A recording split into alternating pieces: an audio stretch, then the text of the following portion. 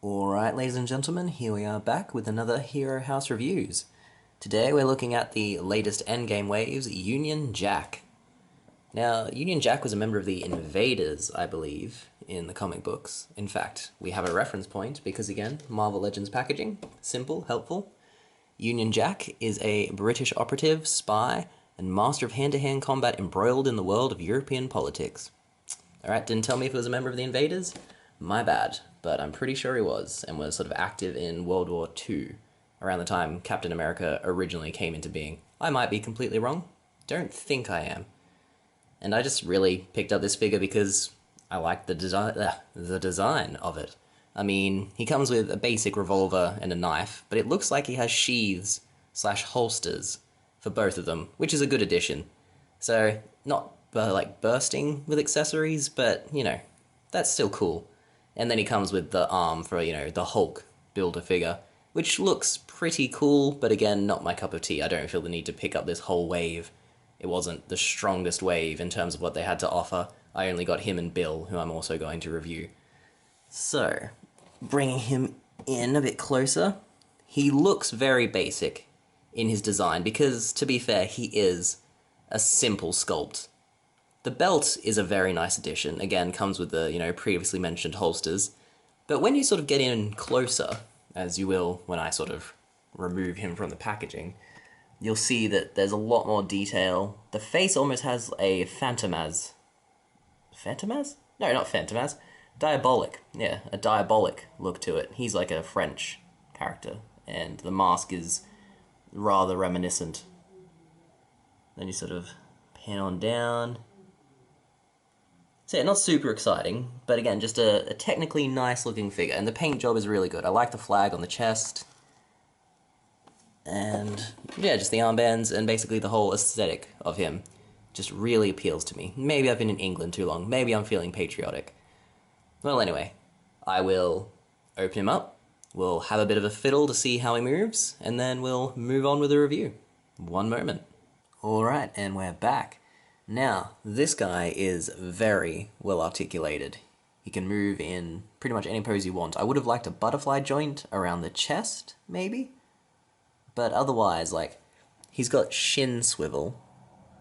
Oh, I guess that, you know, serves as his ankle swivel, because for some reason they haven't hidden an ankle joint there. But then, you know, the ankle itself rotates very well, and ball joint. But the problem that he just exposed, he doesn't hold his knife particularly well. His hands are just marginally too big, so it doesn't sit as nicely as it could. In fact, now it's just not even going in there at all, which is very depressing. Now the handle, you can have him just holding the blade if you wish, but, okay, that seems to be in a lot firmer. Maybe I was just doing it wrong. And he holds the revolver very nicely. So, as you can see, he, you know, also stands quite well. Very well balanced figure.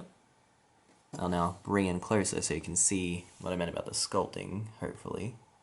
It focuses. Yeah. See, he's got a bit more of a face in there than you would think. And if the colors would show up on my camera, you would see that they've gone to great lengths to give him really piercing blue eyes. I don't know why, but, you know, it definitely adds to the figure and makes it more dynamic. Yeah. So simplicity done right, I think here would be the main term for Union Jack. He's not a wowing figure, and the paint job on the gun and the knife could be a lot better to try and make them look a bit more metallic. I mean, look at his belt buckle looks metallic and has been painted that sort of color, so why couldn't they extend that to his only two accessories for, like, a very basically sculpted figure? So, he's not blowing me away, but I can tell he's going to be a lot of fun to film things with, and his accessories are functional. He moves well, he's got good balance, and no glaring issues.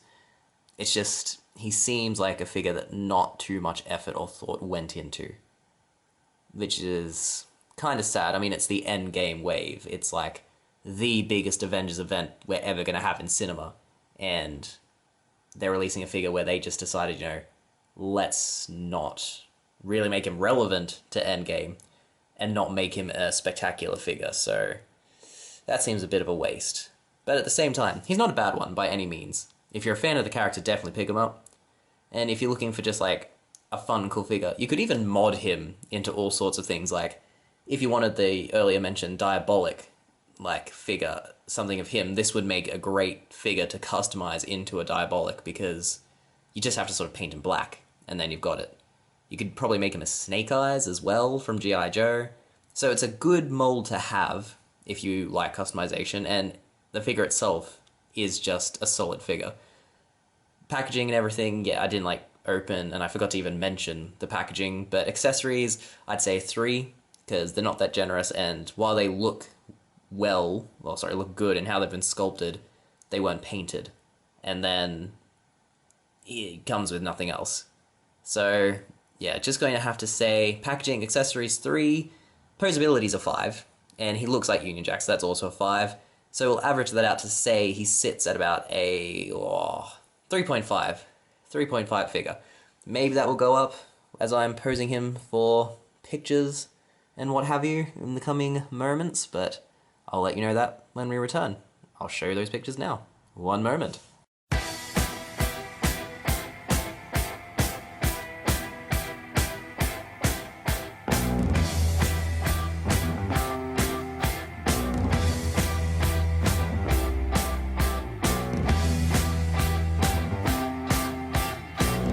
Alright, well, I am going to bump him up to a 4. As you can see from those photos, he looks amazing. He's so photogenic. And he definitely just has that sleek spy vibe going for him once you've got him interacting with someone else. I mean, he looks so good with the Hydra World War II soldiers. Like, I am disappointed he didn't appear in the movies. Plus, it's such a simple costume, they could really do it easily, and it would be so cool to see, like, a British contemporary to Captain America. In fact, it would be cool to see a British superhero or a more culturally diverse group of superheroes in the MCU anyway. Yes, I know they do attend to several diversity matters, but in terms of, representing people from cultures that aren't fantastical, like Wakanda or a made-up nation, the MCU is still rather barren. Like, I can't think of any Australian superheroes, I can't think of any UK superheroes.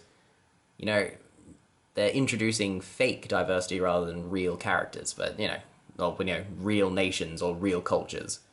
But again, that's probably neither here nor there. We're just talking about simple action figures and whether or not they're good. And this one definitely is. Union Jack is a 4 out of 5, and I strongly recommend you pick him up. And yeah, that's basically it for the review. If you would like to see more, we have plenty of other videos. We have the fight section, still unnamed. Well, we've only got 2 videos, but I am working on the 3rd. Lord Zed vs. Tommy and Captain America is coming. And hopefully soon. And we also have Hero House. You can see the action figures in action. It is a hell of a good time, and it's on its 6th season now, so much longer than I ever expected it to run, /go, my attention span to last, so goody there. Anyway, hopefully I will see you again. All the best.